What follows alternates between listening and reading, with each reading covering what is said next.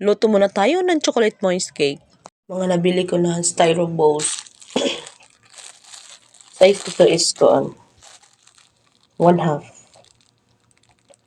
15 pesos ang putos. Ito, ang size nito is 3/4.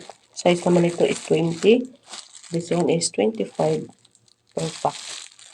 1 naman ang size ng bowls, styro bowls na ito. Ayan. Mamaya, magdi-design tayo nun. Pasensya na sa boses natin, no? Kasi may trangkaso tayo ngayon. Makabarog pamanta ay gawin natin ang cake na ito. Nakainom na naman ako ng tambal, kaya birahan tanan eh. Ayan guys, pagkatapos ko ang in-stack, nilagyan ko ng mga dowel sa gitna at tago sa board para matibay yung ating cake. Yung top turn natin, ang size niyan is 5/6. Ang sa baba naman is 7/4.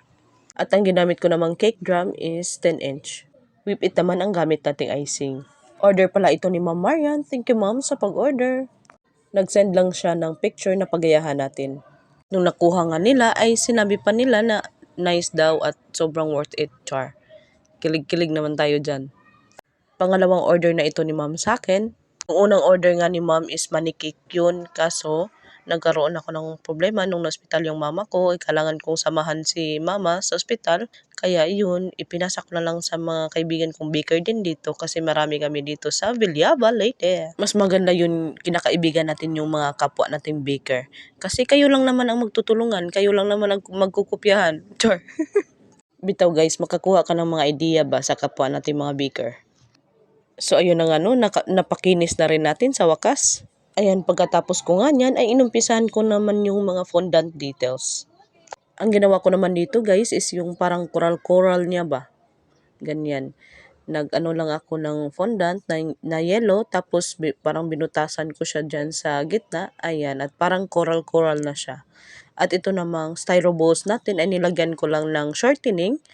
Ganyan, para dumikit yung fondant natin. Ayan, sa fondant natin guys ay naglagay lang din ako ng tylose para tumigas siya. Ganyan, hinimasimas ko lang yan para mag-smoothen ang ating bowls. Ayan guys, na-smoothen na rin siya. Hindi naman ako masyadong natagalan sa mga fondant details natin guys, kaya may mga molder naman akong nabili. Pa isa-isa lang, mabili ako ng ngayon isa, tapos next month naman isa. Isa-isa lang hanggang sa makumpleto yung mga gamit natin, mga molders, lalo na yung mga molders natin. Kaya isa yan sa nagpapaganda ng mga cake, yung mga fondant details, ganyan, yung mga cake toppers. Kagaya ko na hindi naman expert sa mga hulma-hulma ng mga taong fondant, mga mga animals ba, ay kailangan natin ng mga molders. Ayan, may shark na tayo. Kung hulmaon ta na, ay petin, dugaya na tumahuma na. Ang ginamit ko palang fondant dyan guys ay yung ginawa ko lang marshmallow tsaka yung powdered sugar. At para tumigas yung mga fondant details ay nag-a-add ako ng tylose. Kaya naman kahoy-kahoy na design ay para naman sa name ng ating birthday celebrant. At ito na nga ang ating nagawang mga fondant details. Ilagay na natin to sa cake. Ayan guys, sa baba ko lang nilagay yan kaya medyo mabigat yan. Pag nilagay ko dyan sa habog-habog ay namudalo siya. Diyan lang na sa ubos.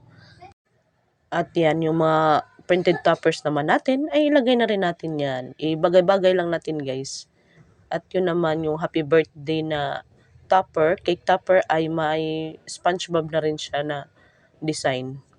Ayan, add naman natin yung mga clouds.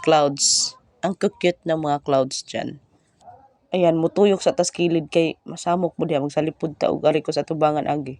At yung iba namang mga printed toppers ay nilagay ko na sa cake drum, kay nilagyan ko man ng toothpick yan pag madali na lang siyang itusok.